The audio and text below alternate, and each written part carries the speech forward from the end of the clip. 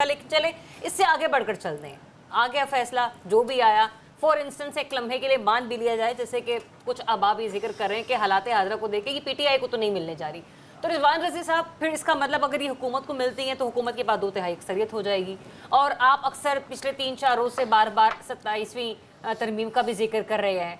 क्या होगा फिर सिनेरियो, मुल्क में पॉलिटिकल कंडीशन, और अब जो नहीं मानी वो भी मान ली जाएगी, जो अब तक मान ली गई है उसके बाद भी ऐसे लगता है कि हाथ भी बंधे हैं, ज़बान भी बंधे हैं, पाँव भी बंधे हैं, और फिर पीछे क्या रह जाएगा? दीवार में चुनवाना ही रह जाएगा मेरे ख्याल में। ऑपोजिशन मैं दस्त बस्ता हाथ बांध के एक बात अर्ज कर दूं कि ज़रियाब ने ये बात कतन नहीं कही कि जज साहब ने ये ऑब्जर्वेशन दे दी है कि ये पीटीआई को सीटें नहीं मिलने जा रही। आप मेरी सफाई ना ऐसी कोई ऑब्जर्वेशन नहीं हुई।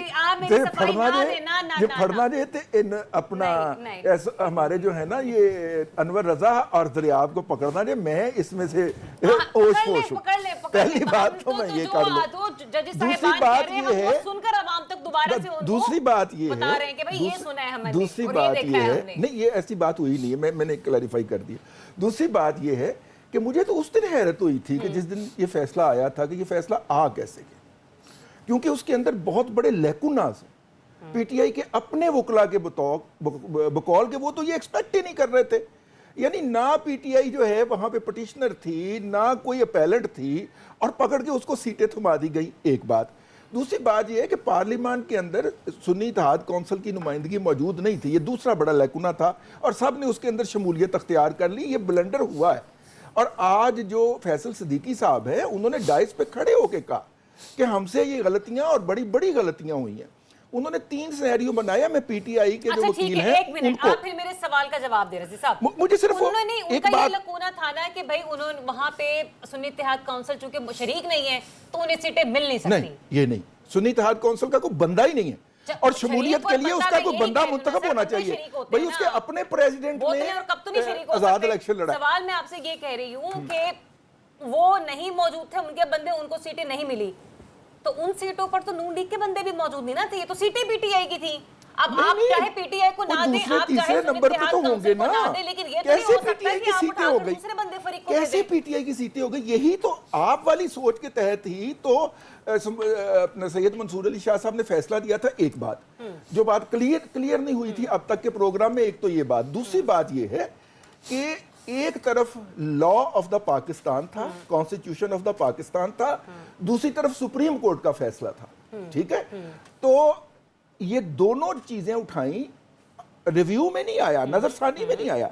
इलेक्शन कमीशन ऑफ पाकिस्तान ने कहा कि मोहतरम chief justice of supreme court of Pakistan साहब, ये हमें बता दीजिए कि ये हम अगर आइन पे अमल नहीं करते तो एब्रोगेशन ऑफ द कॉन्स्टिट्यूशन लग जाए। ये तहरीर थी आइन में कि अगर ये नहीं थी जो फैसले में लिखी थी, वो तो बिल्कुल भी नहीं थी ना, और वो उड़ने जा रही है, जिसकी बुनियाद के ऊपर हम रोजाना बैठ के मातम कर रहे हैं। वो जो कुछ उस फैसले में लिखा हुआ है, वो एक दिन भी वो फैसला, अब आप सुन तो लीजिए मेरी बात, अब आप सुन तो लीजिए, अवाम के वोटों की बात नहीं है। ये उस रौले की बात है जो शाम 5 बजे जियो के एक एंकर ने बैठ के मचाया था कि मेरे पास रिजल्ट आ चुका हुआ है। 5 बजे सदुकड़ियां नहीं खुली आंदियां, ओदे कोल नतीजा आ गया थी, और आज तक वो बंद। 5 बजे की कोई हल्के का लगा था सर, 5 बजे किसी ने हल्के का नहीं कहा। मेरी बारी आ गई, कोई किसी ने हल्के का नहीं कहा। उस दिन से प्रोपेगेंडा शुरू हुआ, कोई 5 बजे बाद गलत है। देखिए, इलेक्शन कमीशन ऑफ पाकिस्तान नजरसानी में नहीं गया, उसने कहा रहनुमाई फरमाई जाए। 3 दफा रहनुमाई की सर, इलेक्शन कमीशन तो मानने को तैयार नहीं है।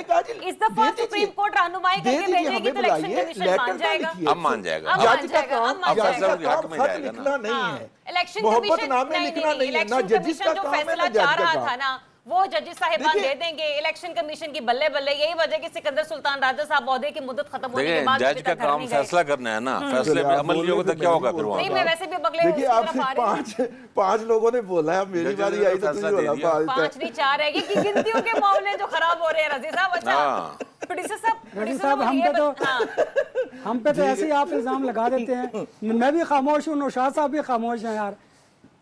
मेरी बारी साहब तो आखिर चाहिए थी। बहरहाल मैंने सिर्फ ये बात की वजाहत की है क्योंकि दोस्त अहबाब को पता नहीं चल रहा था कि ये फैसला क्यों आया है यहाँ पे, और इलेक्शन कमीशन ने अमल नहीं किया। इलेक्शन कमीशन ने कहा कि जनाब हम कॉन्स्टिट्यूशन के ऊपर अमल करें कि इसके ऊपर करें।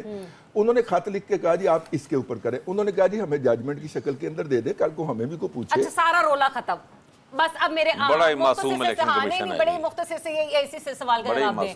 पहले सुल्तान साहब को नहीं समझ आया, सिकंदर सुल्तान राजा साहब को, अब आ जाएगा सर? कौन गारंटी देता है? अब लाजमी आएगा जी। नहीं, रज़ी साहब बताएंगे ना, समझाएंगे ना, कौन समझाएगा? जज साहिबान समझाएंगे, खत लिख के नहीं समझाएंगे। पहले वाले जज साहिबान नहीं पहले समझा फैसला आया सकते। था, इतने पेजेस का फैसला था। मैं आपके वकील, सॉरी, मैं पीटीआई के वकील की बात करने लगा। उन्होंने कहा जी 3 सिनेरियो हैं। एक तो पेशावर हाई कोर्ट का फैसला बहाल हो जाए, नंबर 1। दूसरा ये है कि फैसल सदीकी वैसे पीटीआई के वकील नहीं है, आज भी उन्होंने वजाहत किया कि मैं पीटीआई के वकील नहीं हूँ, लेकिन जज साहिबा का इसरार था और मैं जज साहिबा के साथ हूँ। नहीं वो है ही नहीं पीटीआई के वकील, तो चलिए वहाँ पे जज को भी नहीं है ना। ने भी एक सवाल पूछा एक था ना, वकील किसी को रिप्रेजेंट ही नहीं कर रहा, अपील कहाँ, जज भी नहीं कर एक ही सवाल होता है, उनका तो एक ही सवाल होता है हर जजमेंट के अंदर, हर मुकदमे के अंदर किसकी अपील कहाँ पे होगी, उनको छोड़े। देखिए बात यह है कि उन्होंने 3 सिनेरियो बयान किए। एक तो पेशावर हाईकोर्ट का फैसला बहाल हो जाएगा, एक जो है उसको साइड पे कर दिया जाएगा, और तीसरा अदालत अपनी तरफ से कोई नया जो है वो दे देगी और ऐसा फैसला देगी जिसके ऊपर अमल दरामद होगा। ये मैं अपनी तरफ से फिक्रा डाल रहा हूँ, ये मैं आखिरी फिक्रा अपनी तरफ डाला, यकीनी होगा, ये मैं अपनी तरफ से फिक्रा डाल नहीं, हमें पता है, हम सब जानते हैं यकीनी अमल होगा। हाँ, उस पे यकीनी अमल होगा। ये फैसला आना ही होगा ना, तुसी मेरे पीछे पे आ गए हो। अब फैसला आएगा भी। पीछे कहाँ पड़ रहे हैं हम, तो उस वोट के पीछे पड़ रहे हैं जो उस बेचारी अवाम ने डाला था, किसी और को मिल जाएगा, किसी और को। तो नहीं, आप देखें नजर सानी केस में भी ये भी एक अलमिया है। अब बजाय वकील साहब को कहना पड़ा कि ये वाहिद नजर सानी केस है जिसमें अक्सरियती जजेस के सामने असल केस ही नहीं आया। नजर सानी वही जजेस सुना करते हैं। अच्छा, निशात साहब पुराने कानून के तहत जी निशात साहब 26 से पहले ज़रा एक कंफ्यूजन दूर करने की जरूरत है कि आइन और कानून ये कहता है कि अगर किसी का वोट, जो आप बात कहती हैं कि किसी का वोट किसी को पड़ा और वो मिला किसी और को, तो ये याद रखिए कि अगर वो पार्टी वहां पार्लिमानी पार्टी नहीं है तो वो जो सीटें हैं चाहे वो किसी के वोट से भी मुंतखब हुई हैं, वो जो बाकी जमातें हैं उनमें तकसीम होंगी। ये आपका आइन और कानून कहता है। अब आप इसकी जो चाहे इंटरप्रिटेशन कर लें, इन्हीं बुनियादों पर टेक्निकली वो फैसला होना है, वो होता है नहीं होता, ये एक डिफरेंट डिबेट है। लेकिन आपका आइन और कानून यही कहता है, जो इस वक्त तक एग्जिस्टिंग लॉज हैं उसके मुताबिक अगर कोई जमात वहां मौजूद नहीं है, वोट किसी को भी मिला है, वो वोट जो है वो अल्टीमेटली वो जो सीटें हैं वो नशिस्तें हैं वो तकसीम होनी है बाकी जमातों के अंदर। ठीक है, चलें, आपने अपना कानूनी नुक्ता पेश कर